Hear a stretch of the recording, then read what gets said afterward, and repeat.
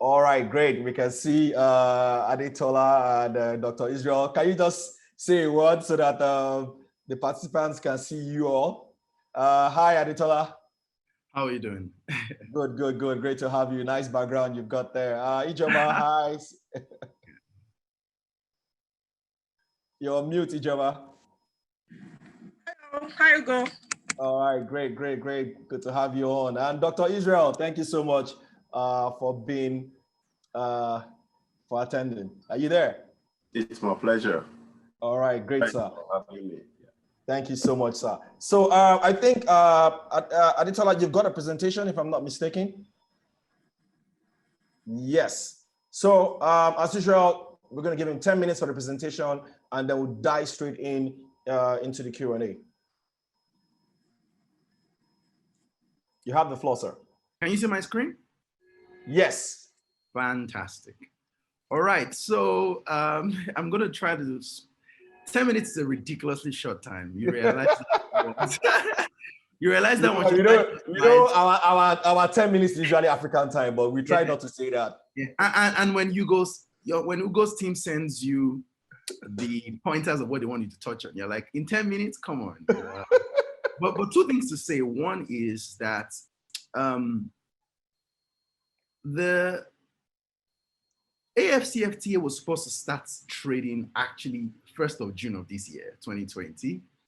Due to COVID, it was moved to the 1st of January 2021. So that's some context about the impacts of COVID almost immediately. And what I'm going to try to do for the next few minutes is I'm going to try my best to make this as ready for anybody that wants to use it. So I've tried not to be technical. I've tried not to in my own head. I tend to speak fast, so if I'm speaking too fast at any point, it just indicates I'll try my best to slow down. So I have a slide. It's a pretty long slide, but I'm going to jump through a number of pages. I just put the slide because it's still going to be shared, so a lot of people can get to take a look at it. So I'm going to be talking about the AfCFTA overview, the objective, challenges, benefits, and the implementation plan.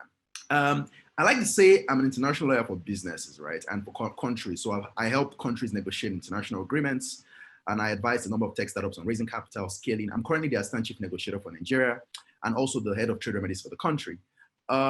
So I'm just going to touch a number of slides. Oops. All right, great. So this is state of play.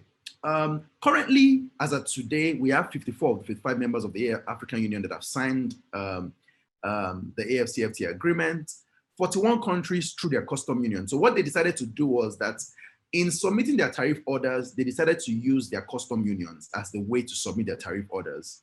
So basically, ECOWAS would negotiate among itself a uniform tariff offer on goods and services and submit together. And in fact, one interesting thing that happened in ECOWAS's case was that Nigeria actually blocked the offer of ECOWAS twice, basically saying that they had an extra list that they wanted to submit.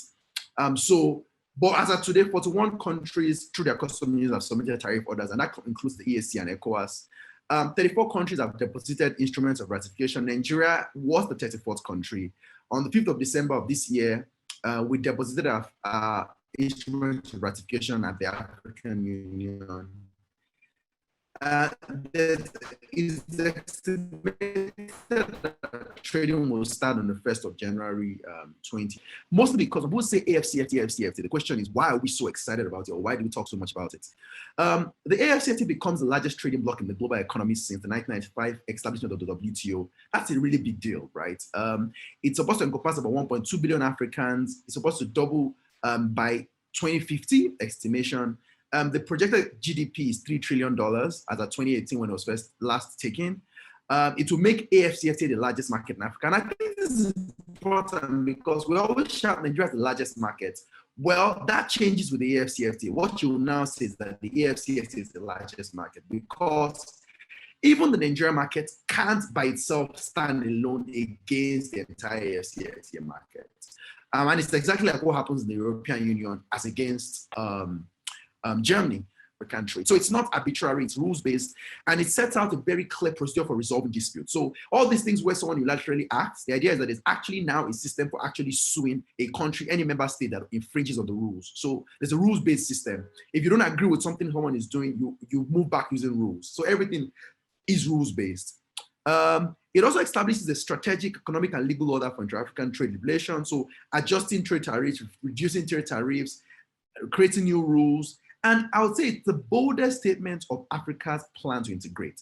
And you will see it when I get to other slides, because this is not the first time we're trying to do this. There's been several things. There's been the Abuja Treaty, there's been the AEC Treaty, there's been the Lagos Plan of Action. There's been a lot of these things in the past that have never really crystallized. This is the clearest and the boldest political statement we've had on trade integration. Also because there is now a secretariat set up in Ghana. Painfully, Nigeria was supposed to have host that secretariat. I drafted the bid document, but we didn't ratify on time, and so we lost out on that. But that's a different question for a different day. Now, I like to put this slide for one single reason. Too many times I hear people make it seem like Nigeria was forced into the AfCFTA. I think it's important to put context. Nigeria actually, more than anything, designed and set out what the AfCFTA. So this is the statement of Tafawa Balewa in 1963. It says, for example, inter-African, and this was at the setup, the creation of the Organization for African Union, African Unity, which went on to become the AU. It said, for example, inter-African trade in Nigeria is 10%, while 90% is done with countries outside Africa. So this problem of trading outside Africa has always been there. There is no reason why we should not increase the interstate trade on this continent. I think, SARS, to establish an African market, we shall overcome many difficulties and shall be in a position to stand on our own in relation to other parts of the world. This was Tafawa Balewa as far back as 1963. And why is this more important? It's also important because you know that there was an Abuja Treaty of 1991 that came to force in 1994 that sets up the African Economic Union. And even with all of that, it sets up the smaller regional economic groups. But even with that, there still wasn't a clear process of trade. It didn't increase trade among the regions regardless. And even the AfCFTA conclusion of the AfCFTA decision to start to negotiate the AfCFTA that was made. Even after that decision was made, from 2012 to 2015, no actual negotiation happened. It was until 2017 when Nigeria took leadership of the AfCFTA negotiation process that any negotiation happens. And at this point, I'd like to take a moment to stop and recognize the late Ambassador Chiodo Osakwe, my boss, who led that negotiation that led to the AfCFTA agreement. So it's important to say this because when people say it too many times, we make it seem like Nigeria was forced into the AfCFTA, but that's not true. From the historical context, Nigeria set it out, and the actual negotiation from 2017 to 2018, Nigeria was the one who led in that negotiation, myself, Ambassador Chiodo, and the other people. I wish I had put a picture of Ambassador Chiodo here. In oversight, next time I will do that. But next slide. Now, the negotiations. The first phase covered goods and services. It covered dispute settlement. It covered trade remedies. The second phase covers intellectual property, competition policy, and investment. You'll see that that has changed a bit. And like I said, the first stage negotiation was chaired by Nigeria, and it led to the 8th March decision to adopt the AfCFTA agreement. Now, this is just more important things to note. So one thing to also note is that when we're signing the AfCFTA document, there was also a document that was designating a freedom of movement declaration that some member states signed up to. And what the AfCFTA really does is it creates a single liberalized market for trade in goods and services in Africa. That's basically what it does. It basically creates what you would almost call your EU of Africa. Basically, this single market for trade in goods and services. And it entered into force 30 days after the deposition of the 22nd instrument of ratification. Now, this is what the framework agreement looks like. You see that there is a framework agreement establishing the AfCFTA. You see that bifurcates clearly into the protocol on trade in goods, the protocol on services, and the protocol on the rules and procedures for settlement of disputes. What you would also notice is that on the annexes to the protocol on trade and goods, there's an annex on trade remedies, which basically allows you to unilaterally protect yourself against unfair trade practices. There's an annex on customs, an annex on sanitary and sanitary measures, non-tariff barriers. So this is the picture of the agreement as it sets out. What we're going to negotiate now is investment, and I'll touch on it in a minute. Now, what are the objectives of the AfCFTA? This is what it sets out very broadly. It says, 1, to establish a single continental market for goods and services.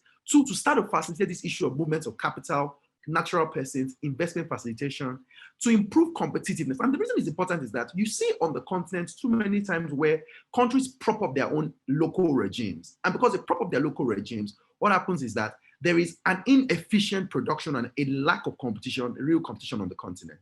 It also provides for a system for industrialization. So the idea is that through diversification, regional value chains, development, and for food security. And the reason this is important is this, is that if you don't do trade and you can't compete, there is no incentive to start to industrialize. So what the AfCFTA does is it sets up a path, a roadmap to say, listen, because there's now a larger market, there's a larger incentive to start to industrialize and get higher on the industrialization chain. Last thing it does is it deepens regional integration by solving the fact that there's so many agreements and legacy agreements that exist on the continent. And so what the AfCFTA does very tidily is that it provides a system for actually tidying up that interwovenness of agreement. So it sets out this framework for everything to come together neatly. Some important provisions to note, and I'm not going to spend my time on this too much, is that people need to know that the AfCFTA is not a big bang affair. It's not a boom, all the tariffs disappear. That's not what happens. It's progressive.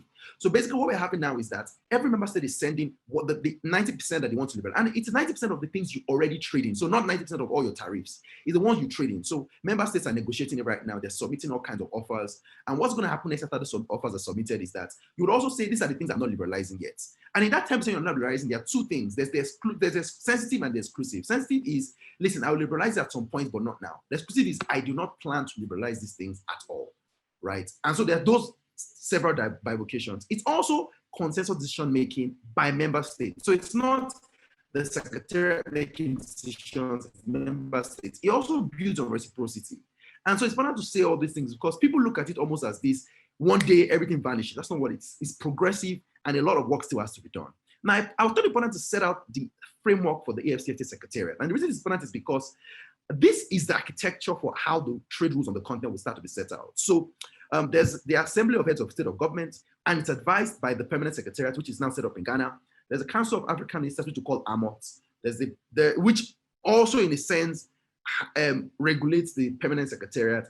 And there's what we call the Committee of Senior Trade Officials. So usually what happens is that draft policies go through this process. The states will come together, design what they want, and it goes to the Secretariat, who sends it to the AMOT and just goes up that way. Yeah. Now, I wanted to spend a bit of time talking about the protocol and trade in goods. These are some of the things that I thought to say. Like I said before, you block out 10. There's a exclusion list that you're not liberalizing, a sensitive list that you are going to liberalize over a period of time. Article 11 allows you to modify your tariffs subsequently in different times. Article 17, 18, 19, and 20 provide for you to actually protect yourself if there is an unfair trade practice. So it's called trade remedies, which is something I'm building for Nigeria, which is basically a case where you say that there's practices that, say, for instance, that your goods are being dumped in your borders. There is a surge of imports. Someone is injuriously subsidizing goods and bringing it into your border. It allows you to take unilateral action after an investigation to defend yourself. There's also protection for infant industry. There's a clear designation for special economic zone. This is being negotiated right now. At the time we designed the agreement, this designation was that special economic zones do not count as members of the AfCFTA. So meaning if you created something in a special economic zone, you pay taxes when you bring it into the AfCFTA. But this is being negotiated now. And other provisions I thought it was important to mention. I want to say that this very importantly. So there's a dispute settlement mechanism that exists. And why it is important is that this is the reason why the WTO system, which the AfCFTA is styled after, has become so powerful, because it allows a system for you to actually hold state parties accountable by reciprocity. So the idea is that whatever you do, I'll do the same to you. So if, for instance, Nigeria closes its borders, I will go to the dispute settlement body, actually first try to consult with Nigeria. If that doesn't work, and you see the set out there, it says consult, negotiations, mediation. If that doesn't work, I'll ask for panels to be set up. The panels will review the cases. I could also choose to go straight to arbitration. So it's a fork in the road. You can pick or go to arbitration. And what we found in the WTO instance is the process of actually making those decisions because the panels are so effective as a means of holding parties accountable. And so what it says basically is that if I found you guilty It says, I'll give you a chance to fix up. If you don't fix up, I would respond and retaliate against you. That's basically, and this is actually what I wrote my LLM thesis on. And I had to advise the Antigua and Barbudan government on how to retaliate against the US government. So it's a very effective system that works in global trade. Services, this is just more things that exist in services more generally. I wouldn't go into more details of it, but it's very similar to trade. The idea is just that it sets out a broad framework for what you want to liberalize. And we already know that Nigeria is trying to protect a number of services, such as its professional services like accounting and law services. Nigeria is basically trying to get access into it's trying to expand on banking services, insurance. It's trying to expand on tech and digital services and all of that. Yeah.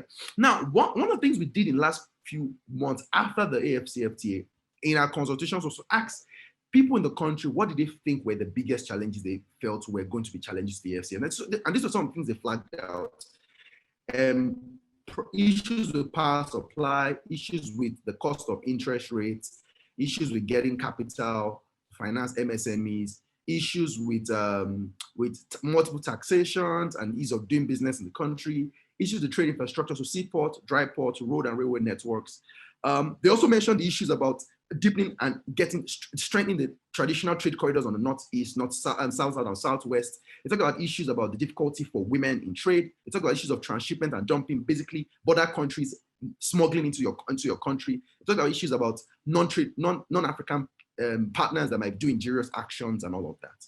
Now, I'm getting to the sweet part. The second phase of negotiations is going to cover intellectual property, investment, competition, and now we're adding digital trade and e-commerce. So one of the things that the COVID has shown is that there's a major place for digital trade and e-commerce. But beyond that also is that the fact that it's a big part of the continent. So that there's a conversation about including that in the second phase of negotiations.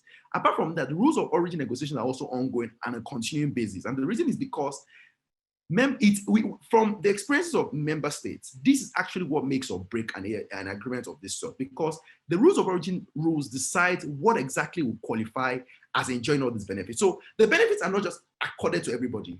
The benefits would only be accorded to any goods that satisfies the requirements of the rules of origin criteria in that product line. So what happens is that there's no one rules of origin. It's designed for every specific product. So for instance, the rules of origin for cars, for automobile cars are assembled will be different from the rules of origin for textile, will be different from the rules of origin for say pineapple. And the reason is because the question is how much transformation domestically must happen in that goods line for you to say this is actually traditional and African goods. And that's why it's important when people say things like, oh, they're just going to bring European goods in. That's not exactly how it works, because you need to satisfy those requirements. And don't forget also that one of the things that the AfCFTA has designated clearly is that people like Nasima in Nigeria, for instance, will be the ones to give the certificate of origin. So, without that certificate of origin, you cannot qualify as an AfCFTA goods. Another important thing to say as part of this entire architecture is that when you bring goods in, if it is not AfCFTA goods, you will pay your tariff at every border. So it's not as if once I brought into Africa, it's a AfCFTA goods, you will pay goods at every border. The goods that don't pay tariff at every borders are the ones that qualify as AfCFTA goods already. And I put that to designate very clearly your rules of origin. Is that, and I think I've already touched on my slides of rules of origin, which I should not have. But having to say on rules of origin more importantly is that when you get your rules of origin certificate, you will designate what market it's supposed to. Do a lot of transit, so that during transit, there is not a multiple taxation or there's not multiple tariffs imposed on it. Now, this is a very interesting thing I wanted to flag, and I particularly put this out because of Nairametrics. So there are interesting interventions that happened in the last few months on the AfCFTA. One is what we call the Johannesburg Declaration that actually makes states make a commitment to actually carefully create space for youth and women in trade.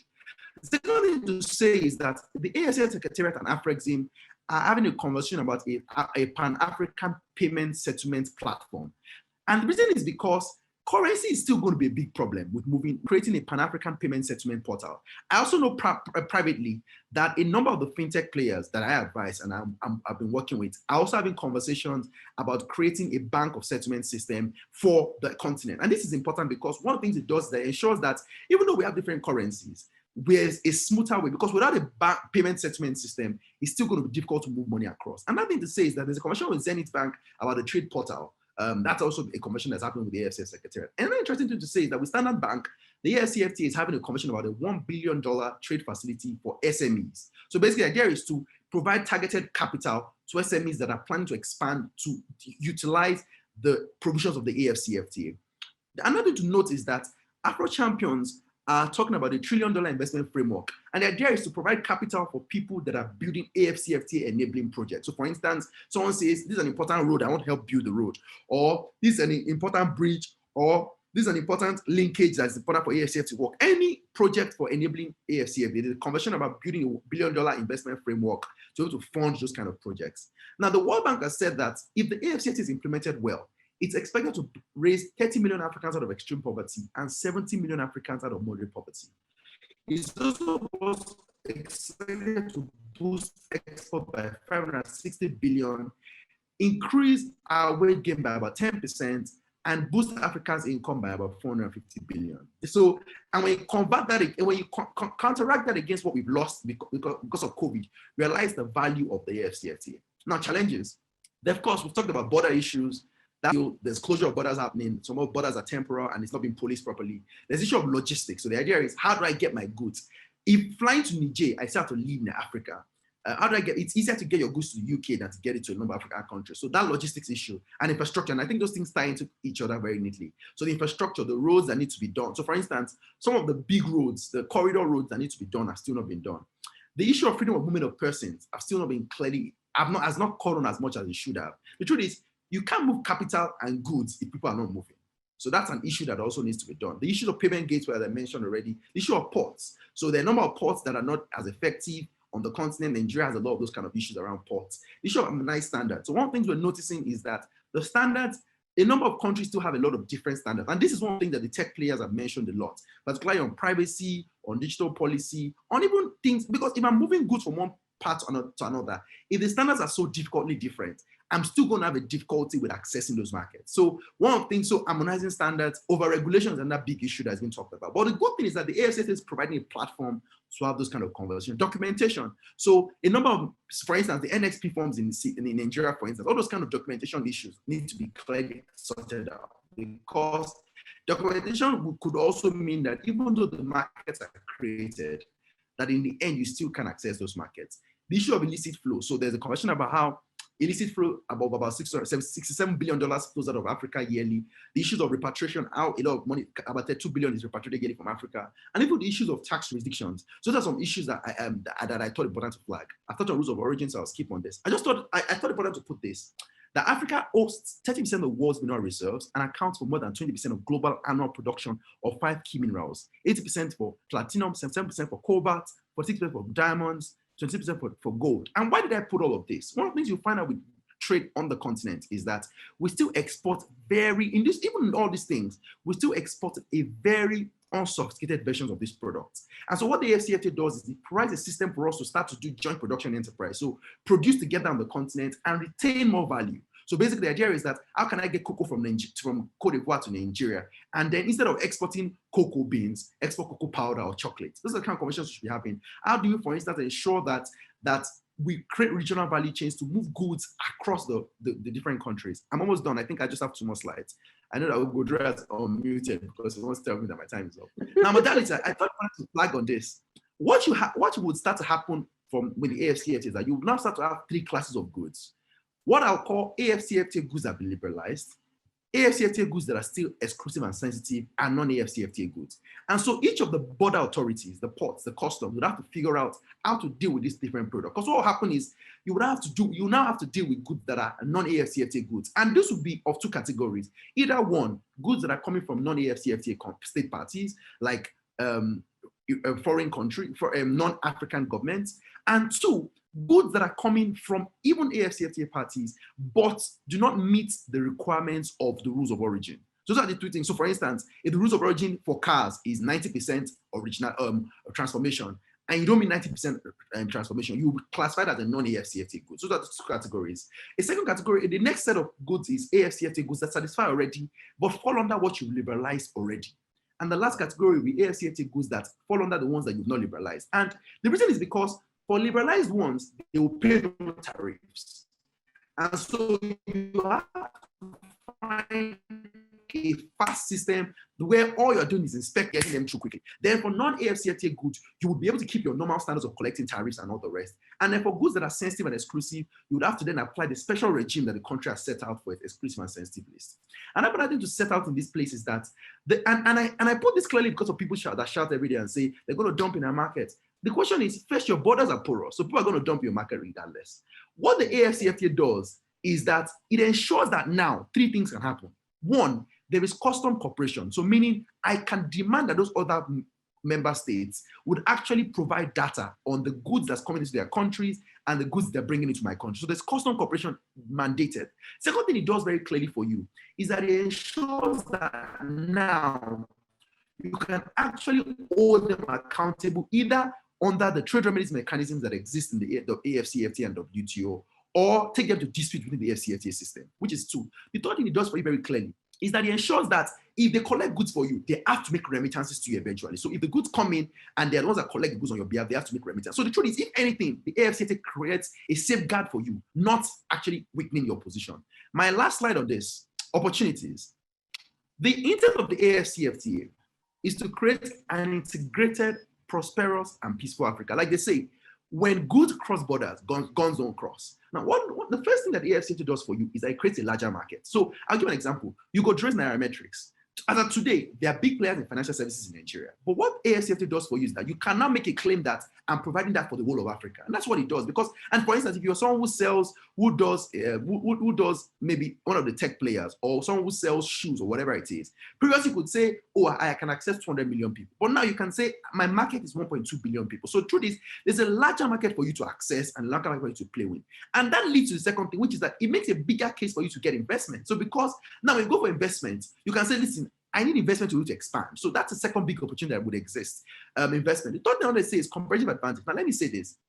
You will not be able to protect all your industry. And I think we should say this very clearly. Because I see too many times people say things like, we want to protect textile, we want to protect agriculture, we want to protect this. That is not what trade is supposed to be. Trade is not I protect everything. It's not a zero-sum game. It's everybody wins. And so the idea is to decide, where can I compete the most? Is it logistics? Is it a certain kind of goods? For instance, and I'll give a clear example, cars. Nigeria already cannot compete on manufacturing cars in Africa. You can't. The reason is because you need, for any car plant to be successful, you need to sell 100,000 units of a particular model of a car for you to be successful. Now, but what, on the other hand, South Africa seems to have cracked that. Right? But also because of 2 things. The fact that there's a financing system for cars in South Africa. Now, the question I ask myself is this. What if what we did was this? We said, you know what, South Africa, Egypt, you already have a massive car assembling and production system. You can access a market with 0 tariff. However, on one condition, all the spark plugs, all the tires, all the glasses, all the fan belts that would go into your manufacturing must come from a market. These are things we already have a competitive advantage in. The Badagry tire market already supplies all of the tires for most of West Africa. We already do spark plugs, we already do glass, isoglass, we already do fan belts.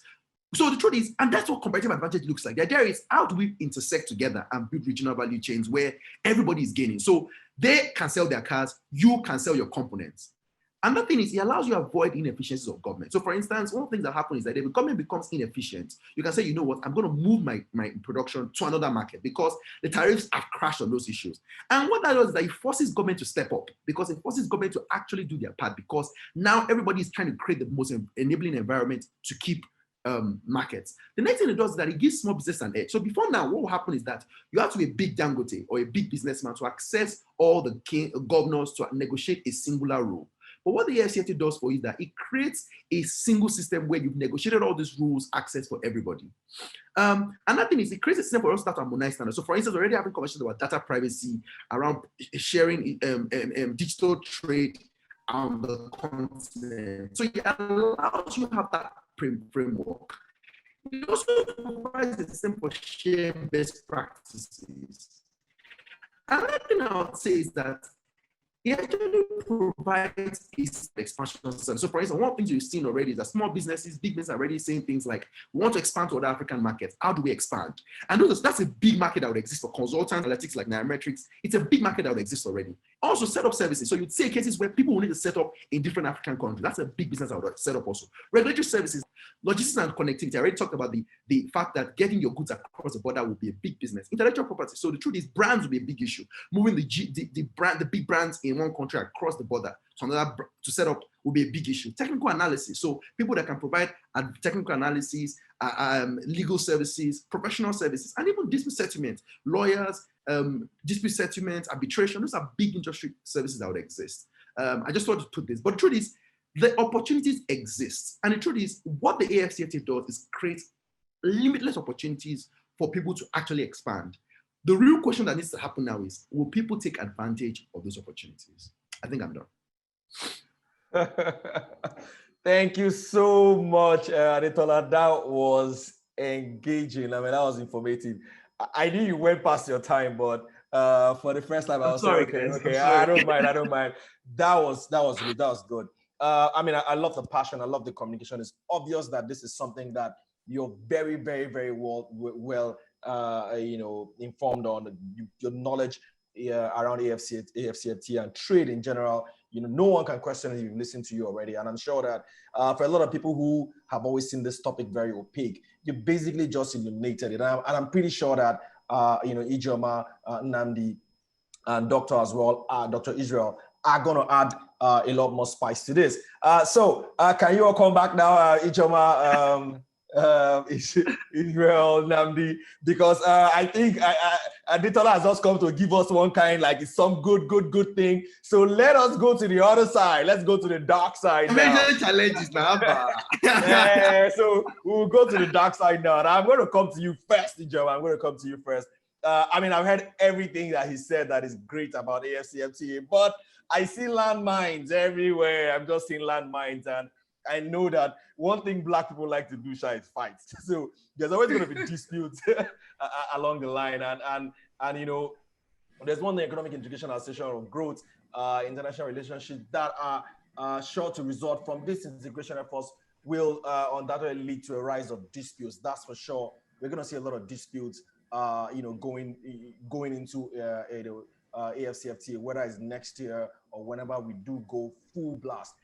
What is the plan for resolution of this dispute, Ijeoma? How do governments, face up to resolving this dispute? Because you know very well that once you dent the confidence of the private sector, going into AfCFTA, it can torpedo the entire thing. And one of the easiest way to do that is to just have disputes that just don't make sense. So how do we mitigate against this, IJ? Thank you very much, Ugo. You know what, Ugo, when you invited me for this session and I saw that Tola was there, I was going to ask you that, why do you need the rest of us? And when you even told me, when I knew that he had 10 minutes, I knew it was not possible. Tola cannot use 10 minutes to talk about the AfCFTA. Tola eats it for breakfast, he eats it for lunch, and he eats it for dinner. Anyway, Tola's presentation. I mean, this is not the first time I'm hearing you, and as usual, it was very, very enlightening. Thank you very much. So to your question, Ugo, about settlement of disputes, it's a very important question, no doubt, because as trade begins to increase on the continent, it is the concomitant issues is that there will definitely be disputes. But like Tola had mentioned, he said that the agreement was modeled after the World Trade Organization. And what that is that it only contemplates disputes between member states. So it's just between the member states, and there's a dispute settlement mechanism. He also mentioned that, so I'll just touch very briefly on that because he really went in. So there's a dispute settlement mechanism for the member state, because what that protocol emphasizes is that as between member states, any dispute that arises, those rules and procedures will govern them. So you have rights and obligations under the agreement, which they are supposed to abide by.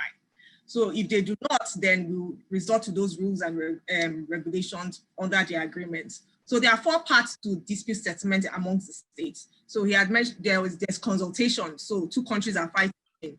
We get you in a room and you consult, and hopefully you resolve it and everybody goes home. But if that doesn't work, we have second part will be, we call it good offices, conciliation and mediation. So there you can have a third party. So for instance, if Nigeria and Ghana is fighting or Nigeria has closed their borders, you can get South Africa to intervene. You get everybody in a room and you resolve it and everybody is happy and goes home. But if that doesn't work, you also have the opportunity to have an appellate process, so you have a body that is set up just to look into the process. Like you said, there's a fork in the road. So you could either go through that appellate process where a panel is set up or various panels are set up to look into whatever the dispute is, or you can resort to arbitration. But I'm not going to linger on that, for the state's own, because it is very clear, the rules are clear, how it's going to be governed. Because what I find very interesting is that dispute settlement as between private parties is conspicuously absent from this agreement. And it's really interesting because there will definitely be disputes, because if I'm going to be sitting in Nigeria, I'm probably going to be buying goods and services probably from Senegal. I want to know what will govern if somebody flouts or if there's a breach at any point in time. It's a very crucial question. Crucial question that will arise if disputes arise is that, okay, which courts will govern this? Who will have jurisdiction? And even if we have the jurisdiction, for instance, which judgments will we go with? Because there's also the issue of enforcement of judgments. But are you giving me the assurance that if I get judgments in Senegal, will it be enforced? Or rather, if I get judgment here in Nigeria, will it be enforced in Senegal or in South Africa, for instance? So that is absent. We need, I don't know, Tola is put on the ground. So maybe you tell us later on if that is going to, if that is featuring in the negotiations currently. But as it is now, there is nothing that governs, dispute between private parties, that is natural and legal persons. And that is very crucial because it's seldom talked about, but the AfCFTA is actually not an end in itself. It's actually a means to an end. There's something called Agenda 2063. And really that is ultimately the agenda for us to have an African economic community, just like the EU, a single custom union, a single market. As it's in its current form, the agreement, that's the AfCFTA, does not achieve that. So there's the Agenda 2063 that we're working towards. And if we do not consider private international law of various Africa as a whole, at least harmonizing it to a point whereby we can have credible rules that we can rely on in the event of disputes, then it's almost an antithesis because it's not going to work. There will be disputes, and then we need to have some kind of rules and procedures to govern that. Because what is going to happen now is that if there are such disputes, and don't get me wrong, people have been trading. Yes, we have the AfCFTA that it's the rave now. We have been trading. We have the Abuja Treaty in Southern African countries. They even have, in fact, the one example I like to give is the SADC, that's the South African Development Commission. They actually had a forum for private litigation and claimants. Well, guess what? I think that was scrapped. There were some political issues surrounding the Zimbabwean farmers, and they scrapped it. I really don't know the reason, but I think it was politically motivated. So that's even more curious because now you have one that was actually tried in South Africa and did not work. So does that mean now that we're going to the AfCFTA is also going to be ditched? And I feel there's going to be a lot of challenges. It's not going to be easy trying to harmonize our laws because let us be honest to ourselves, a lot of our laws in Africa, even Nigeria, are quite obsolete. So our divergent private laws is going to be I think that would be the toughest part of negotiation, trying to harmonize all of them. But it is something that we have to do or begin to do because we cannot trade without the rules and regulations in place that is going to govern our relations as we trade. We're talking about movement of people, movement of goods, services, we cannot do intra-African trade without the right rules. And the good news is that we have precedents. So the EU has a very robust rules and regulation that governs disputes among private citizens. So natural and legal persons is catered for. So we don't have to reinvent the wheel. We can look into that and see what it provides for. So it provides for different things. For instance, if you freight cargo and your cargo doesn't get to you, it is so robust. I mean, it is so detailed and intricate that we won't have to reinvent the wheel. So where we should be looking into is, okay, our cultural and historical, laws. So for instance, in Nigeria, we practice common law. The French-speaking countries don't do that. So it's going to be a big challenge, but it's a challenge that we must take on if we really want this agreement, this trade treaty to work. I think I'll stop there. Thank you so much. IJ, I'm a bit of a skeptic when it comes to AfCFTA, even though I do support the concept. And the part that actually scares me is what you mentioned, when you have private disputes or dispute between, corporates within companies. I'm going to come to you now, Dr. Israel. Nigeria, delayed ratifying AfCFTA for obvious reasons. And one of the obvious reasons was that they wanted to, touch base with the manufacturing sector. And then, like they said, they wanted to, go back to stakeholders, and that basically took 1 year. And we saw what it's cost us. According to Daditola, we've lost the head office or whatever to Ghana. So now we've ratified. Are you guys satisfied now? Is the manufacturing sector, covered? Are you guys confident enough that we can go into this unscathed? Dr. Israel. Thank you. I would like to also join the last speaker to commend Aditola for that wonderful presentation. Before going headlong to respond directly to the question you raised, I feel there are some fundamental statements that need to be made. AfCFTA, no doubt, is a multilateral trade arrangement with monumental significance for Africa. No doubt, no doubt. In fact, it's a major trade development in the world, an extraordinary milestone for Africa. Yes, it presents huge opportunities for Nigeria and the continent, but only on one condition: if it's properly implemented. Discerning, you will see that AfCFTA is a product of subtle imposition and not an evolution. This is something that evolved gradually, following the true circle, the real circle of integration. AfCFTA, as it is on the speed lane to achieve a 60-month, what took the EU over 4 decades to achieve. The reality really is that if you look at the Africa integration process in Africa generally, you observe that governments in Africa, all of them, without removing anyone, have formulated regional integration policies, initiatives, without addressing key governance and development challenges at the national and at the regional level. The other challenge is that this poor design and sequencing of regional integration agreement. You remember Manufacturers Association of Nigeria, as well as the Nigeria Labour Congress, were at the forefront then advising government not to sign when others sign. And the reason was not far-fetched.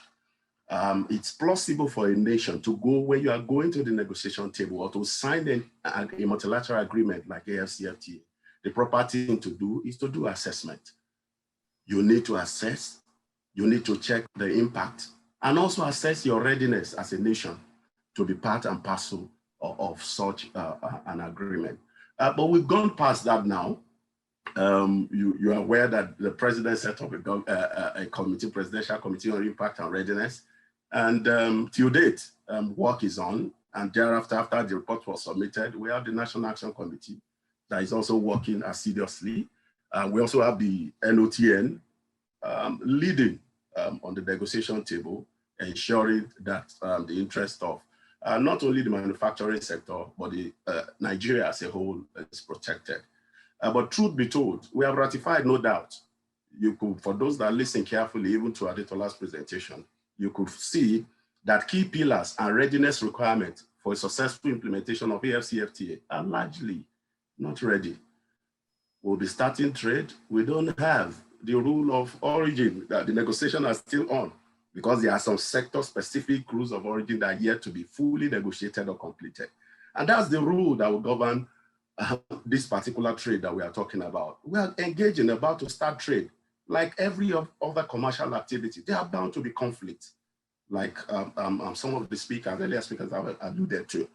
And you don't have in place, fine, in cold print, where you look the AfCFTA framework agreement, clearly written, wonderfully crafted, necessary position for trade remedy infrastructure and all of that. But do we have that in place as we speak? And trade will be commencing. For the manufacturing sector, like I said, going straight to the question you raised earlier, I would like to speak to the issue of timing. Is the timing right? I would say it's a misgrill.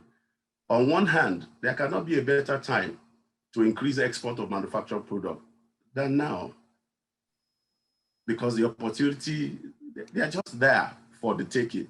But like every opportunity, you can't classify it as a full opportunity or real opportunity until you've been able to assess and been able to strategically position yourself to take advantage of such opportunity. For Nigeria manufacturers, what we've been doing for the past 24 months is just to, one, educate our members, provide information. We've been engaging in a series of capacity building to be able to put our members in readiness to take advantage despite obvious challenges that we are foreseeing, despite the level of readiness of even Nigeria as a nation to participate effectively. I must say this with every sense of responsibility. It's not as if Nigeria is on ground zero. Nigeria is not on ground zero in terms of preparation. We're preparing, no doubt. Necessary steps are being taken, no doubt. But a whole lot of issues that need to be addressed that we feel they are very, very important when we are talking about AfCFTA and for us to be able to benefit maximally. So for manufacturers, we'll be advising them to do a health check to ascertain their financial capability. Majority of the manufacturing concerns in Nigeria, I'm speaking in the case of Nigeria now, both within the fold of man and outside the fold of man, fall within the category of SMEs. Many lack the capacity to even engage in the trade that we are talking about. And we don't have framework in place that we can say we have a group thing or how do I have an aggregation board that can put together, in the case of, I'm talking with respect to manufactured product now, that can put together all this so that what one SME cannot handle alone single-handedly, at least collectively, leveraging on that framework, they'll be able to push their product into the continental market. I also like to say we've been advising members to also look, you quite agree with me, in life you have two spare. You have a spare that within your control, and you also have a spare that's totally out of your control. So we have been advising them on things within our control, within the private sector control. We've been advising them to also do internal readiness for export assessment. Can they export? Where they can't export? What can they do? And all of that. We'll be doing a lot of capacity building, like I said, and we've been encouraging members to also subscribe to ethical protocol and credibility platforms. We have one called MAMSA under the AfREXIM, introduced by AfREXIM, where companies can register, and there, the moment you're on that platform, because of the rigorous criteria and hurdles that you need to cross, to a large extent, the moment you're on that platform, anyone that wants to trade with such a company automatically knows that that company is viable to either trade with, to go into joint venture with, and all other forms of partnership. We've been advising our members to upscale the level of efficiency in production by engaging principle of strategic planning. We have been advising them to have full grip of their production, demand, supply, and emerging issues. Because gone are the days that you just focus on your production line alone. You need to also monitor what is happening within the region, what is happening within the continent. We have also been encouraging our members, some have already started to do offensive mapping of new territories in the continent and effectively leverage on Nigerian Export Trade House. There is this Nigerian Export Trade House that our MAN Export Group, with the support of Nigerian, the NEPC, and some multinational companies set up, more like an aggregation board where exporters can take their products to, and through that, they will be able to sell. And we've been advising them to latch on that, leverage on that. Those that don't have the capacity to go the whole hog single-handedly into the market because of either financial capability, either because of the size and all of that. We've also been advising members to develop new products because obviously, like every multilateral trade agreement, some will lose, some we will gain. So definitely some products will be phased out, and some we hold sway in the new markets, So we've been advising to develop, after assessment, to develop their product. So in a nutshell, before I stop responding to your question, I would like to say that we have gone past the level of talking about whether we need to go or not. We have signed, we have ratified. What we now need to do on our own, and manufacturers, I can tell you, they are taking their fate in their hands, is to the whole hog and see what we can do to benefit from it. Thank you. Thank you so much, Dr. Israel. I mean, listening to you, all I see here is basically opportunities for a lot of companies, especially in the area of capacity building. Manufacturing, companies in Nigeria need all the support they can get from everybody, particularly when it comes to capacity building. I'm going to come to you now, Nnamdi. Nigeria is a huge market, obviously, for Africa, but like Adetola basically said, it's no longer a Nigerian market per se. It's now an African market. So, as a country, what would you say? Is our competitive edge? Is it our population? Is it, what do we have really, as Nigerians that can really get us to compete, if not in the long term, but in the short term with other African countries? Nnamdi. You're on mute, Nnamdi. Yeah, thanks for the question. So first of all, I would say the first thing to look at is our population and our size. I mean, you have almost 200 million people in Nigeria. So that's a huge market for anyone, anywhere globally, right? You have over 41 million SMEs in Nigeria. So you have a huge SME base, so you have a huge business base. If you look at it, and you compare it with even other countries like United States that have maybe about 30 million SMEs, you realize that Nigeria is really making some giant strides there. Then you also look at within the African space, you have to look at the size of the economy. So you have about $500 billion with regards to GDP size. I would say that by the time you put all of this together, then you'd have a country that is looking to run. All we just need really would be for government to put the right things in place, right? So you have a fantastic, you have the population, you have the size, you have the businesses. What we need is the conducive environment for us to operate. And if you can get that done, then the sky is the limit.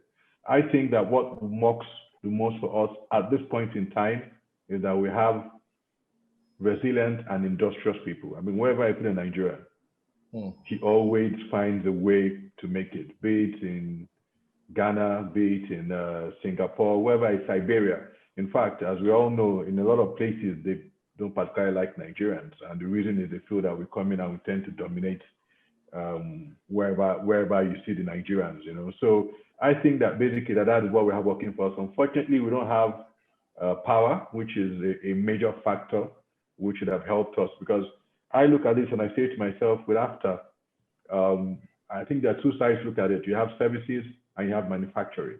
And I think that where we are more suited as a country will be more on the services side. So you have the banking sector, you have the legal sector, and basically you have consulting. I think they stand to gain a lot more based on the way we are currently structured and based on the inefficiencies you have with regards to power and other consumer environment for the manufacturing sector to thrive, right? So I think that we're going to see that sector, the services sector, the financial sector, possibly the technology sector, explode and take advantage of this, but we might see the manufacturing sector struggle a bit based on the fact that we still don't have the right infrastructure, transport, power, and all in place. But I think that what will work for us most will be the size of our economy, relation to other countries in Africa, our population, and the fact that we are industrious people. All right, thanks, Nnamdi. So, Adetola, I'm going to come to you now. I guess you heard everyone deliberately decided to take you on last. I don't know. So you kind of took me up like this. and then IJ brought me back here, and then Dr. Israel took me down. So are we ready for this, Aditola? Are we ready to start January 2021? Or shouldn't we just give ourselves another year to just sort out some of all these, issues that, Ijoma and Dr. Israel has basically just outlined? Do you think we're ready? All right. So one of the reasons I like this kind of conversations is that it's a rain check, right? Everyone comes from a perspective and gives a very genuine perspective about where they're coming from. So the truth is this, is three things. One is that the only way to ever get ready for trade is to actually hit the ground running. Let's not forget, when I was talking of the history of it, I mentioned how we had the 1991 Abuja Treaty, right? We have the Lagos Plan of Action. This is not the first time we're setting out this kind of document. The truth is, what happens a number of times when we set out these documents and we don't actually start to try to use it is that we never actually get anywhere. So what will happen is that in 2 years' time, we'll come back and say, we're still in the same place. What the AfCFTA does, and with the Secretariat particularly, and what I like at the AfCFTA is that you can't force, because it's goods, you can't force it in the sense that, and remember what I said, it's not a big bang, it's gradual, incremental. So for instance, one of the things they're trying to figure out right now is the actual modality. So basically, how do I get goods across quickly? What would the logistics look like? What the balance of payment issues look like? The only way you will start to face those issues, and you run a business, it's like when you have all those big projects, until you start to implement it, there'll be a million things you didn't think of or didn't at this stage, just what it is. And so the truth is, and don't forget also that one of the things that I've seen so far with the AfCFTA Secretariat is that they've been willing to accept where they don't have it handled. So for instance, they were willing to say, listen, let's move it from June last year to this January, because we didn't have a number of things handled. So the truth is, I think the best place is to start to actually try to trade and then start to figure out the problems and the challenges as we start the process. That's one. Second thing to say is that let's not forget also that the AfCFTA does not superimpose on the domestic system.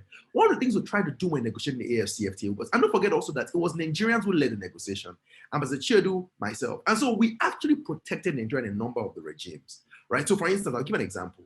One of the things that the people were asking for was they were asking for what we call special and differential treatments, meaning treat small countries specially. We said, no, we're all small countries. So the truth is, there were a lot of those kind of terms that we pushed for. And don't forget also that even with dispute settlements, the local courts still exist. So the truth is, the renvoi rules and the rules of private conflict will still apply. Meaning, if a transaction happens in Nigeria, or if your agreement states very clearly, and most agree, and Ijoma drafts most of the biggest agreements on the continent. She'll tell you when they're drafting this agreement, they'll put it very clearly.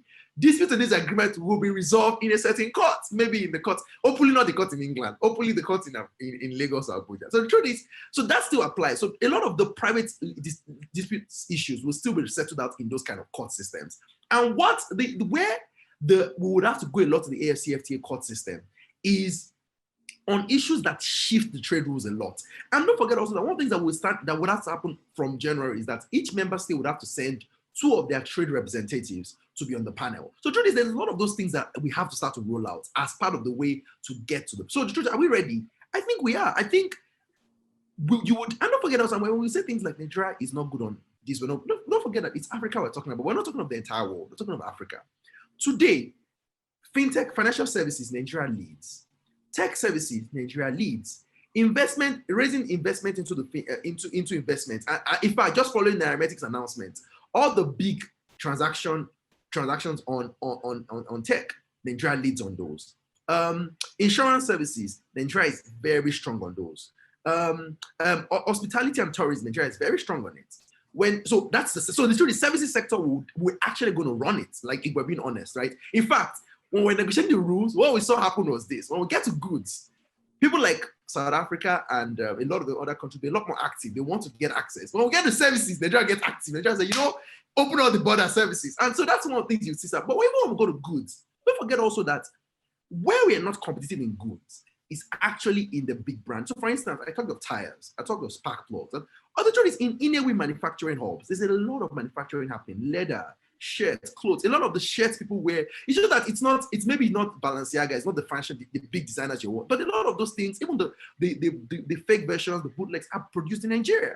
So the truth of the matter is that there's a lot of manufacturing that exists. And what the AfCFTA does is that it creates an incentive for, and this is one thing I was going to say, if I'm an European, and I know that the tariff system means that if I'm an AfCFTA goods, if I'm AfCFTA compliant, my tariff crashes by what, maybe 50 or 60%. There's an incentive for me to carry my capital and come and set up manufacturing in the country.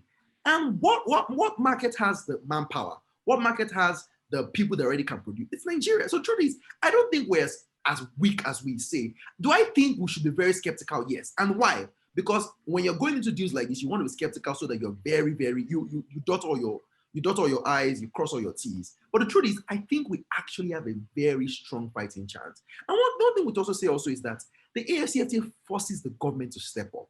The truth is, we can postpone this for 2030, and Mr. Israel knows this more than I, both of us do, in dealing with the government. If we tell them, give us 5-6 years, we're going to be here. We're going to come back in 5 years and they'll be like, oh, 10 things, more things have not been done. But by forcing them to act, one of the things that happen is that there's bad practice. You see, Ghana has done this, South Africa has done this. Why have you not done it? And that's the kind of thing we need. We need to push them to action by saying this is best practice. And the truth is, people will start to trade among themselves. Already a lot of informal trade happens. It's just that these things are not captured. The AfCFTA allows us to capture those markets. It allows our guys who are making big money expand and capture more of the market. So I think we actually have a strong chance to run the AfCFTA. I think we will be one of the biggest countries that will gain from the AfCFTA system. I think we're ready. All right, I like the optimism, Adetola. I love it. We're ready. So I'm going to come to IJ now. IJ, you heard everything he said. He's talked about, the market being able to attract all the investments and blah, blah, blah.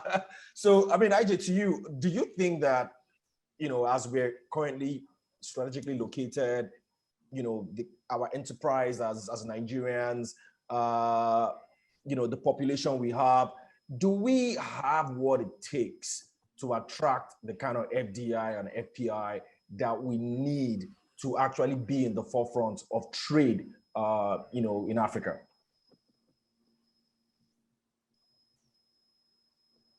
Jova. I heard you go. I would even want to take that question separately from this discussion of AfCFTA and maybe throw it back to you. But anyway, because please throw it to him. But because let's put it in context really. Tola had mentioned that yes, I agree with Tola totally. The taste of the pudding is in the eating, and we can't wait. And we do have a lot of competitive advantage being a nation, being Nigeria as we are. It might not be in our manufacturing, but the AfCFTA is not just about goods, it's also about services. But even goods-wise, we definitely have an advantage. But the role of the government cannot be overemphasized. We need to keep on emphasizing. That's a constant refrain, really. Infrastructure-wise, are we ready? Do we have the logistical supply chain? Do we have the transportation required to actually move this? Because Nnamdi had mentioned, as individuals, we are so industrious. We are ready. People are ready to move. Our SMEs are ready to move. Because of this this presentation, I'm wearing Nigeria, and everything I'm wearing today is made in Nigeria. We are ready. I think we can compete, not even just on the regional level, even globally, we're beginning to compete. But in terms of attracting FDI, and it's not because Tola is saying that they will come because they want to set up. Tola, you don't speak about the rules of origin when you were speaking about them. You should not establish that caveat. There's a caveat there. So yes, you say 200 million Nigerians, and yes, total trading value, GDP of 2.6 trillion, and we threw around those figures.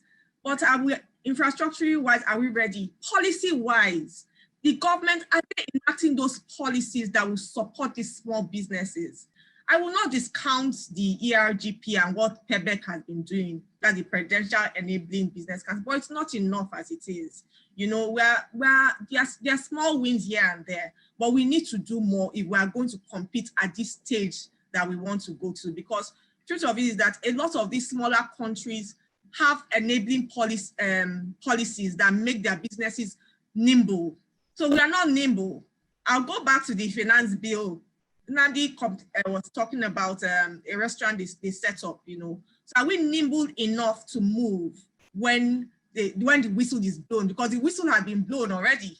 We started this conversation back in 2015. but the government needs to be credible, you know, have those policies. And talking about FDI, Ugo, you very well know is a mixture of different things. Is a, you know, if we decide to go into that, that's such a pregnant question that we decide to go into it will not go away, because there's a question of infrastructure, there's electricity, there's power, there's our justice system. I'm a lawyer and I don't want to throw shade where I earn my revenue, but the truth about it is that any investor that wants to come in, wants to see an efficient and effective and a credible justice system. I'm not going to answer the question. I'll leave the question to the audience. Do we have a credible justice? Is it efficient? I will tell you the truth, it's not efficient. If right now, the research shows that a civil and commercial case, if you start it today, the average it will take, and that's average, it will take you almost 3.5 to 4.5 years to conclude it. And that's just at the court of first instance. And then if it goes to appellate, that if it goes to either the appeal court, the court of appeal, or the Supreme Court, you can add on another 2.5 years for the appeal court and 4.5 years for the Supreme Court. Cumulatively, that's 10 to 11 years. Wants to come and put his money where he's not sure that there's a credible justice system. So it's a hydra-headed question. We need to put in place policies. We need to have a credible justice system. There's so many things we need to do, but I agree with Tola, we should start. And then as we go, I think the government will be pushed, because the thing about this is competition drives innovation, not just innovation, it also drives you to do things better, because you are not an island anymore. So you see people doing things and then you begin to pick up and move on. So we should start. Sorry, can I just, right. I just want to say one sentence. Sure. Go ahead, Tola. So, and I like the fact that Ijoma threw the shade. I didn't throw the shade on this. So I'm happy about that. But what I wanted to say was just, and I thought it was important to say, because I suspect Ijoma would have to work on this very soon. So when an international organization or a foreign company comes into Nigeria or into any African country and sets up like an FDI, a plan based on FDI, what will generally happen is that they will set up a Nigerian company because of Nigerian laws, right? And they would actually start to manufacture. Because of that, if they meet, they can still use that to meet the rules of origin requirements. Because what will happen is that it's now not just an European company anymore.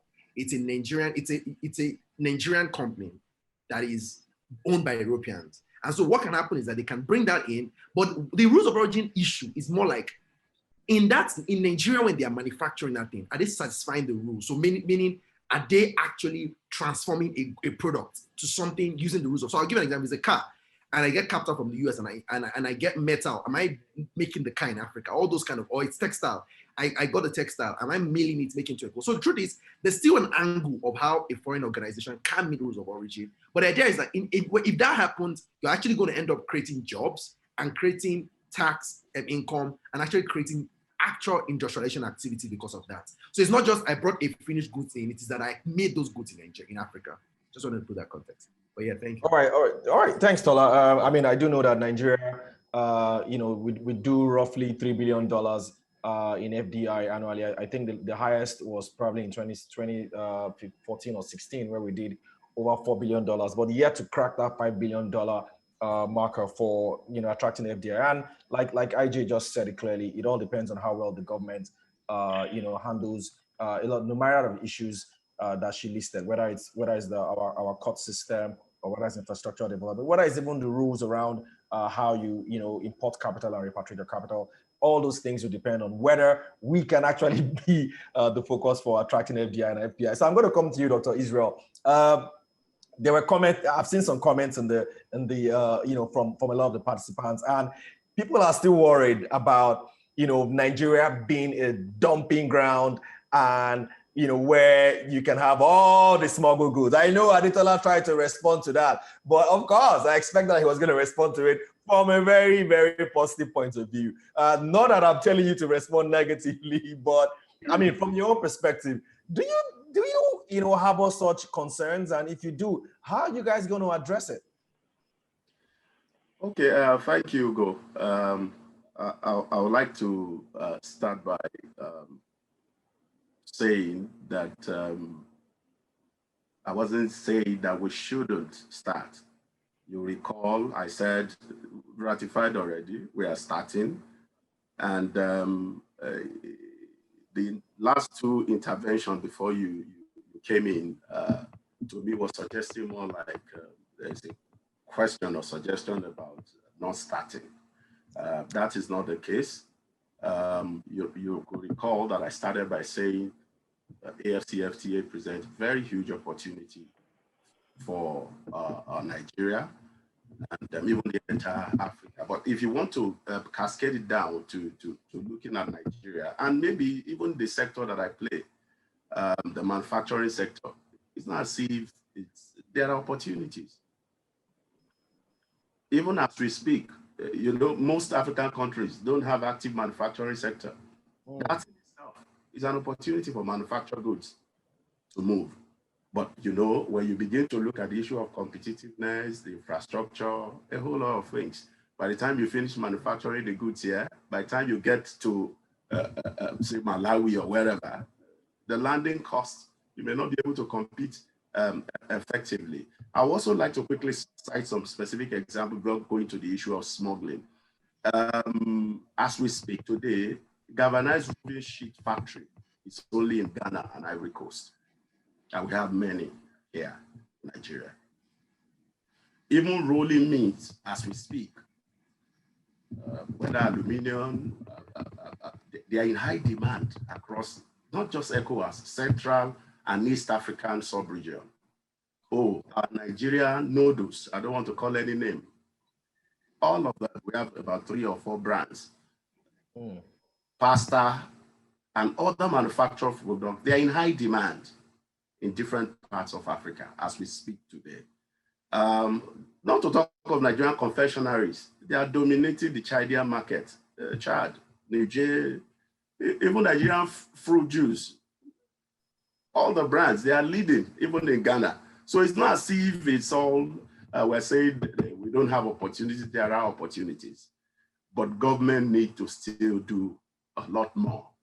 Just like private sector are taking steps, the bold step to take advantage of whatever opportunities that are available under AfCFTA.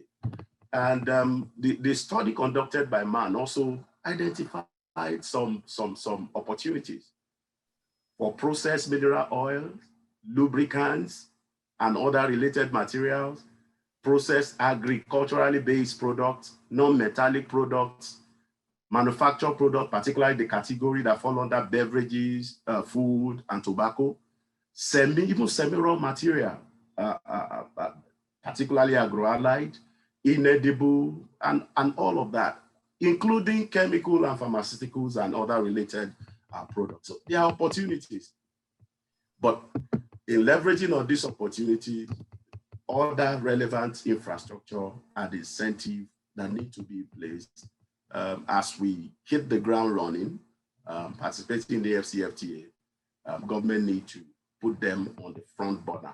A good example is the case of policy. You can't say you want to effectively benefit from a multilateral trade arrangement like AfCFTA, where you don't have in place a very solid industrial policy, trade policy, and investment policy.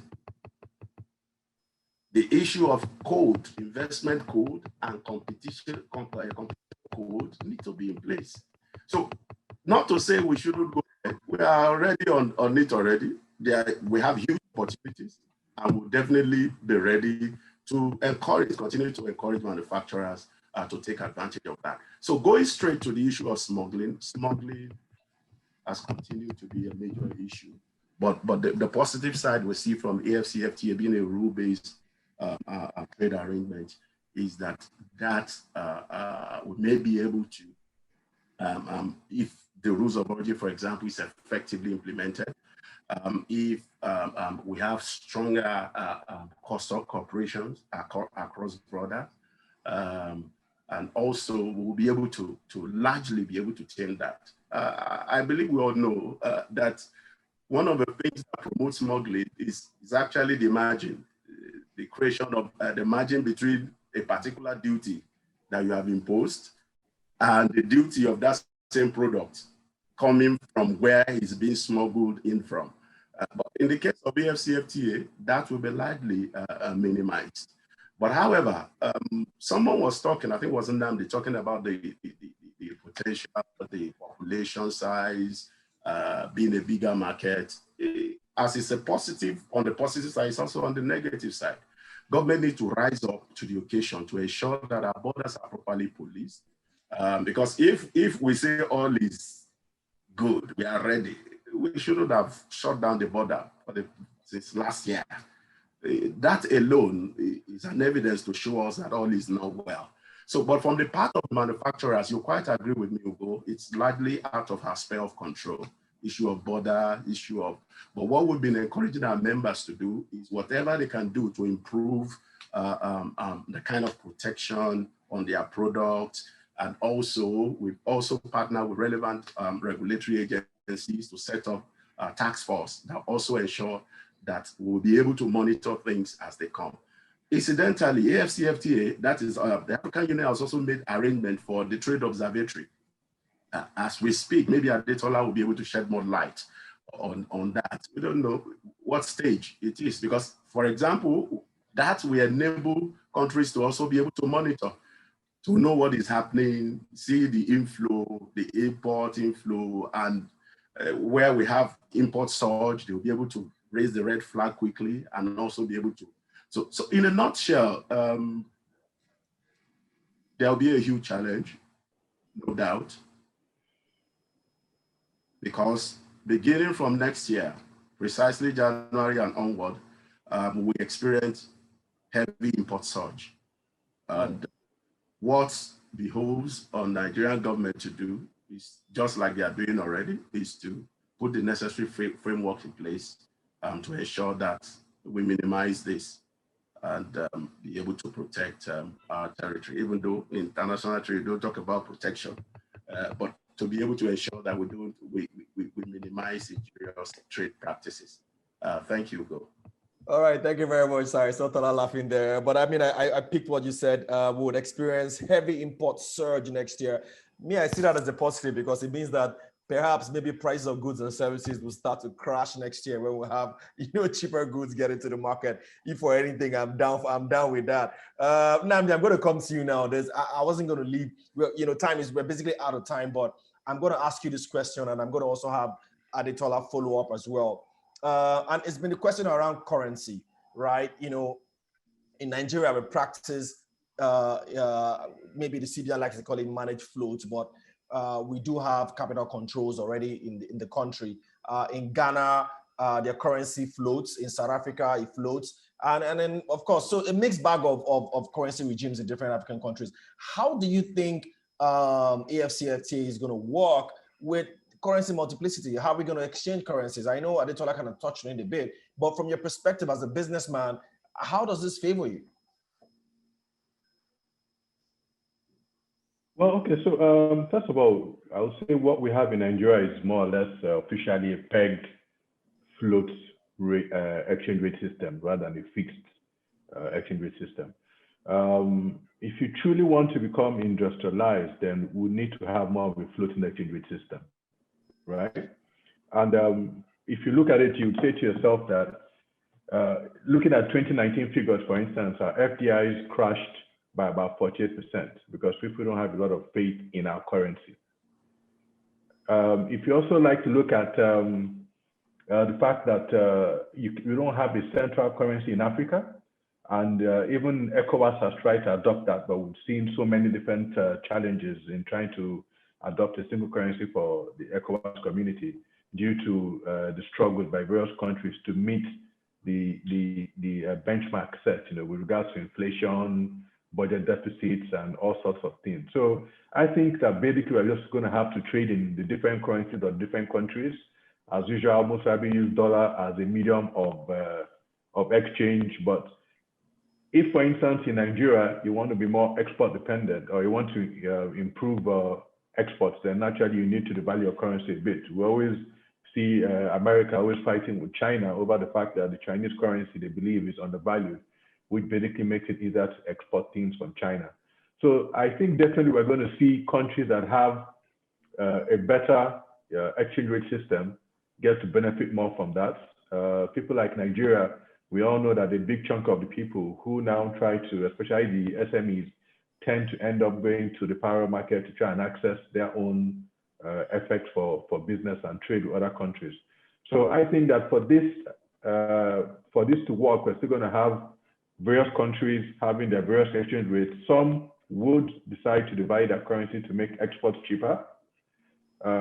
Some would decide to liberalize their FX policy regimes. We saw recently that the World Bank said that they're not going to avail Nigeria $1.5 billion loan until we can sort out our exchange rate issues.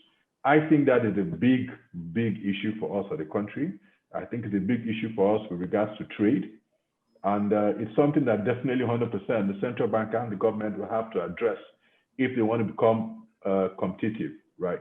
You have to ask yourself, for instance, why is it that even with a population of 200 million people and the largest population in Africa, you don't have any large car manufacturing company set up in Nigeria? Why hasn't iPhone come to Nigeria to set up, for instance? Or why don't you have Samsung come and set up shop in Nigeria? One, enabling environment. Two, a lot of people are worried about currency. We've seen airlines shut down in Nigeria once again because currency is trapped. A lot of times, the central bank focuses on FPIs rather than FDIs. So when you have dollar scarcity, the portfolio investors can take their monies out. Those are the people who invest in things like treasury bills, government bonds, equities. Central bank will prioritize them and give them currencies, FX to lead. Then you now have the FDIs who have set up shop in Nigeria, set machinery on ground, and when they need to buy dollars for their transactions, right, they have to join some long queue and it becomes a huge challenge for them. So it's a big problem for people. It's a big problem for Nigeria as a whole. It's a big problem for the industrialized sector in Nigeria being able to access currencies or being able to access dollars. And based on that, you might see benefit a lot more countries that have more robust exchange rate systems. People like Egypt, people like South Africa, even Ghana seems to have a better exchange rate system currently than we have in Nigeria. But definitely the trades will have to happen in those various countries in their various currencies. And then you would have to look for dollars to use for your conversion to access the various local currencies that you have. All right, thanks, Nnamdi. So Adetola, I don't know if you can just chime in here. How would I mean, you've heard Nnamdi clearly. Those that have floating exchange rate systems are likely going to benefit the most. What's your view here? How you guys? I know you you said earlier that currency was it's a process and the currency will come in at some point. But in the short term, how do we? I mean, what works for Nigeria? Should we not be thinking about floating the exchange rate so that we can benefit more? Well, I'll answer that question before, but I think my views on this are very documented on Twitter. I am pro free market to float the currency, right? And I say it very, very many in every meeting. In the end, the market is the best signal for demand and supply. And you can't, the market is best way for people to compete. Any system that distorts the market, right, distorts development, because the only way you can signal that people want something and don't want something is the market. So the truth is, once you create a system where the market can't speak transparently, you actually just cause a lot of problems. So the truth is, I've always been pro free float. And the second thing to say is, I think a lot of the one important thing I'm going to say, and I'm going to just throw this shit out because I've always wanted to throw this shit out, is that I think one of our fixation as Nigeria that is very problematic is this love for having a strong currency when we don't really need to, right? So the truth is, if we claim that we're an exporting country like we like to claim we are, then we should be trying to have a currency, like Nnamdi said, that is actually not as strong, because that means that you can compete. But the truth is, the real problem is that we claim we're an exporting country, but we actually do more importing, right? And the exports we do is not day-to-day commodity importing. And even when we do, it still has a lot of manipulation and currency issues. So that's the real problem. But I feel like once we start to get into the AfCFTA regime, one of the things that will happen is that these flaws will become very, very manifest, right? Because the truth is, there's a limit to which you can sustain floating and upholding the entire currency system. Especially so it's easy to do it with the dollar, but when it becomes the yen, then it's the cedi, then it becomes incredibly difficult to pull that off on a consistent basis. But the second side to say is also that the conversion I like to see, which is where what's been hard with this. So AfCFTA and AfCFTA are having this conversation about balance of payments. Some of my clients, some people I also advise in the fintech are having those conversations. What I like to see is that conversation of what becomes the balance of payment currency. Are we going to use dollar as the currency for settlement across the continent, or are we going to use a direct conversion? Because that would have an impact on the Naira, in the sense that if we start to have, what you'll notice, for instance, is that the Naira to cedi conversion is rather different than the spike to the Naira to dollar or the spike of the Naira to pounds, right? Because people are not really using the Naira to pound. For instance, the Naira to pounds is ridiculously spiked as against the Naira to cedi. And so the truth is that once you start to cut the demand in that way, so if you start to have the Naira to rand, the Naira to cedi, the Naira to, the question is, will that reduce the pressure of the dollar? Or would that actually start to create more markets where people would say, you know what, I'm actually sending to some Benin Republic. I don't really need to care about the dollar. It would try to see what the dynamics looks like and what AfCFTA pulls off with that.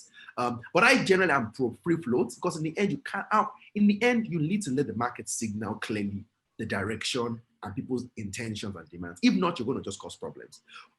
Two things I was going to say very quickly before I showed up that came up is, one thing I want to say to Mr. Israel, I think it's important to say this, is one thing that I hope man does almost immediately and can support on is that three things. One is there is already right? What that does is that it allows the Nigerian Trade Revenues Authority to, at the times when there's an uneven spike, whether someone is subsidizing subsidizing imports, injuriously, someone is dumping, or there's just a surge of imports. It allows you to investigate, impose preliminary measures, and actually impose border measures against that. So it protects the Nigerian market.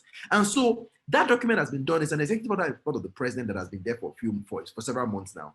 I would hope that man can get on board and put a lot more pressure to get that through. There is also the work being done to make that a law, a more standing law, to set up the Trade Revenues Authorities. And I've done that. I worked with King & Spalding, one of the biggest global law firms in the world, to set that up for the country. So that's one thing that you'll be interested to see. On dispute settlement also, there is already the work being done of asking member states to send two representatives to be on the panels. But even beyond that, one thing I hope for is that Nigeria, and this is something that Mr. Joma also comes in very neatly, that Nigeria will use the dispute settlement mechanism. One problem you see at the WTO level is that African countries do not use the dispute settlement mechanism. So it exists, but you can count the number of times that any African country has used it. And one of the big concerns is that we hope that there will not be a case where the borders are closed and Ghana is begging Nigeria. What I want to see is sue them. Let's use the dispute settlement mechanism. Let's get reciprocal measures against. And truly, it's because the only way you can develop this system and create an accountability system for the AfCFTA to work is member states using the dispute settlement system and people like man putting pressure on the trade observatory. So there is actually a trade observatory that is being set up in conjunction with International Trade Center, ITC. And the beta version has actually been ready. So we looked at the dashboard of the beta version sometime during the year, I think around September, October. So that exists. And what it will do, for instance, is it will give us that raw data on intercontinental trade flows, traded values, traded quantities, trade preferences, taxes, fees paid at the borders, taxes applicable. And so, and I think this is beautiful, because what it would do is that all this whole secrecy that we do about trade is to tear everything open. Because the truth of the matter is that if you don't give the information as Nigeria, the person you are trading will give the information. And so it will be interesting to see how, as the world, that trade data becomes bare to the world, and all these fluff that everyone carries everywhere would see it. As I say, to be naked for everybody's eyes to see what the trade really looks like. So that's interesting to see, and what that does for trade impact. But yeah. All right, thank you very much. This has been a very engaging, exciting session. A lot I've learned personally. I thought I knew most of what AfCFTA was all about, but you guys have basically schooled me here. As usual, we're going to leave with our buy, sell, or hold. We usually do this all the time. So buy, sell, or hold basically is, I'm going to ask a question. Buy is yes, sell is no, or positive is buy, negative is sell, and then hold is your neutral. So a lot of people have talked about the future of the economy, post AfCFTA. Today, I think 50% or so of our GDP is on the service sector. And then next is agriculture, and then industrial. So I know Namdi talked about us going to the service sector and blah, blah. So for you guys, where do you stand? Service, industrial, agriculture. So I'm going to start with you, Ijoma. Service sector, buy, sell, or hold? as the leading sector? Buy is yes. I didn't quite get your question. Sorry. All right. So which sector do you think should lead Nigeria post AfCFTA? Is it the service sector? Is it the industrial sector? Is it the agri sector? Industrial is manufacturing. So I don't know how that translates to buy, sell, or hold. So if you're going for the service sector, then that's a buy. If you're also going for industrial sector, then that's a buy too. Then if the agri sector, buy. So you can have 3 buys, you can have 3 sells, you can have 3 holds. But service sector, definitely buy. Okay. I would say buy for all of them, but I would put a caveat for manufacturing. Government needs to do more in terms of infrastructural support. But why I would lean both ways, because if we look at the ECOWAS Treaty, Nigeria is actually, in terms of total trading volume, Nigeria actually does 76%. So if you juxtapose that against us going into 54 or 55 countries, you know, I think we'll do quite well. We're already doing so well, you know, within the ECOWAS territories where there are just 15 countries. So maybe I'll say buy for everything. All right, good. All buys. Dr. Israel, what about you? I would say a buy for everything. Okay. But, just like Ijoma, the caveat is that, just to reinforce what she said, a government needs to really support, because when you talk about international trade or any multilateral trade arrangement, there must be goods that you need to trade. I'm not saying service is not essential. And if you look at the critical object, the main objective of AfCFTA itself, when you look in between the line, you will see that the intention is to drive this trade through industrialization. So if we don't produce what we are going to trade in, and we are saying service or this, all of them, I say buy to all of them. But there is need for government to support, because that in the long run is what will be beneficial to the African continent. Otherwise, it will just create free meal for third party. All right, so buy for Dr. Israel, even though there's a caveat on the industrial sector. Namdi, buy, sell, or hold? Service sector buy, agriculture buy, manufacturing sector has constituted sell. I like that. Straight up. Adetola, I kind of think I know what you're going to say. Adetola is buy. Don't be too sure. Services definitely buy. Like, throw your capital into it, buy it entirely. Industrial, I want to say buy, but as set up, I would say hold. I think it has a strong appeal, but as currently constituted, there's a lot of work. So I think I'll buy, actually. Agriculture I'll sell. I don't think agriculture is going to. I don't think agriculture I'll sell. As currently set up, Anchor Borrowers Program, no, I'm sell. All right, great. So I just have one last thing to say. Yes. I think just to close out on this, to say what the AfCFTA does is create a market, create an opportunity to reconstruct what trade has always looked like on the continent for the last few years. It is the boldest, most audacious statement as a continent to trade amongst ourselves and to create prosperity and access for every person on the continent.